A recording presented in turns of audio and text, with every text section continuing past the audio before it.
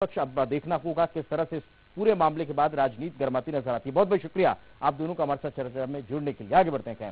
पूर्व गृह मंत्री रामसेवक पैकरा ने बस्तर में माओवादी घटना को लेकर प्रदेश सरकार पर निशाना साधा। उन्होंने कहा कि बस्तर में कानून व्यवस्था ठीक नहीं है। उन्होंने कहा कि बस्तर के गांव गांव में नक्सलवाद फैल रहा है। रामसेवक पैकरा ने नक्सलियों पर विकास कार्यों में बाधा पहुंचाने की बात कही है।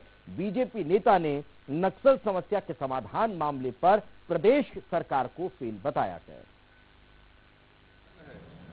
गढ़चिरौली का बॉर्डर है, उड़ीसा का बॉर्डर है, उन क्षेत्रों में गंगा का बॉर्डर है। उन क्षेत्रों में यहाँ से वारदात करके लोग दूसरे सीमाओं पर, दूसरे राज्यों पर भाग जाते हैं और पूर्ण रूप से जंगलों से घिरा हुआ बस्तर संभाग है, बस्तर क्षेत्र है। नक्सलवाद विकास के बाधक हैं। उनकी कोई मंशा है क्या? कोई उद्देश्य क्या है? उनका उद्देश्य कुछ नहीं है।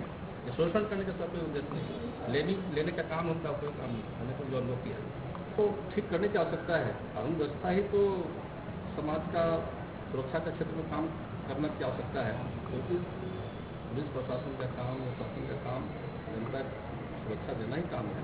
लेकिन मैंने कहा कि तो सुना आपने। अब इस पूरे मामले को लेकर इस वक्त कांग्रेस का पक्ष रखने के लिए घनश्याम राजू तिवारी जी हमारे साथ जुड़ गए हैं। तिवारी जी बहुत बहुत स्वागत आपका। पूर्व गृह मंत्री को आपने सुना होगा, वो कह रहे हैं कि अब बस्तर क्षेत्र में जिस तरह से नक्सल गतिविधियां बढ़ रही हैं इसमें सरकार फेल साबित हुई है और कंट्रोल करते हुए बनता नहीं है, बन नहीं रहा है, ये उनका कहना है। क्या कहेंगे?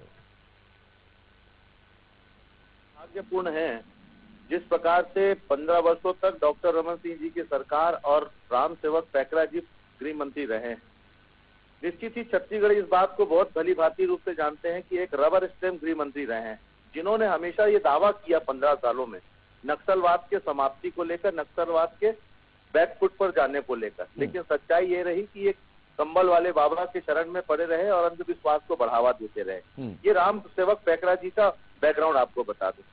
छत्तीसगढ़ के अंदर पिछले 2.5 वर्षों में भूपेश बघेल जी की सरकार में बस्तर के क्षेत्र में माओवाद को ढकेलने के लिए, माओवाद को आत्मसमर्पण के लिए आदिवासियों को मुख्य धारा में लाकर उन्हें रोजगार देना, उनका अधिकार देने के साथ साथ माओवादियों को पीछे जिस प्रकार से ढकेला जा रहा है, ये स्पष्ट रूप से दिखाई पड़ता है कि आज कोई बड़ी घटनाएं नहीं हो रही है। घटनाएं हुई हैं, मैं नहीं कहता कि घटनाएं नहीं हुई हैं, लेकिन दीपेश जी ये दुर्भाग्यजनक है कि नक्सलवाद राज्य की समस्या नहीं, ईश्वर करे कि कोई बड़ी घटना की समस्या है। लेकिन आप पूर्व गृह मंत्री सवाल खड़े कर रखे हैं तो फिर उसका क्या कारण हो सकता है, जवाब ले लेते हैं। अमित चिमनानी जी हमारे साथ जुड़ चुके हैं। अमित जी, आप घनश्याम राजू तिवारी जी को भी सुन रखे होंगे। क्या ये टॉसिंग गेम चल रहा है कि पूर्व की सरकार पर हम आरोप लगाते रहेंगे और वर्तमान सरकार पर आप आरोप लगाते रहें? इसी तरह से ये सब चलता रहेगा घनश्याम जी और चिमनानी जी आप लोगों के बीच?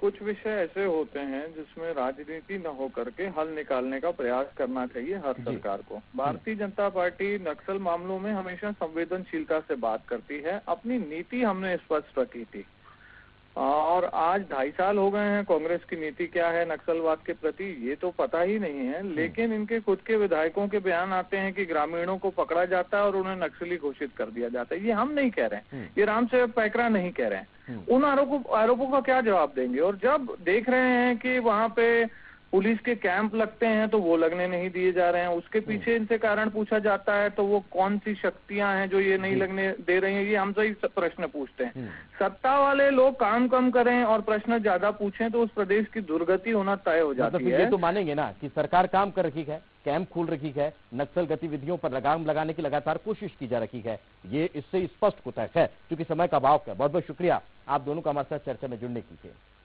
आगे बढ़ते हैं। टोक्यो ओलंपिक में 1 महीने से भी कम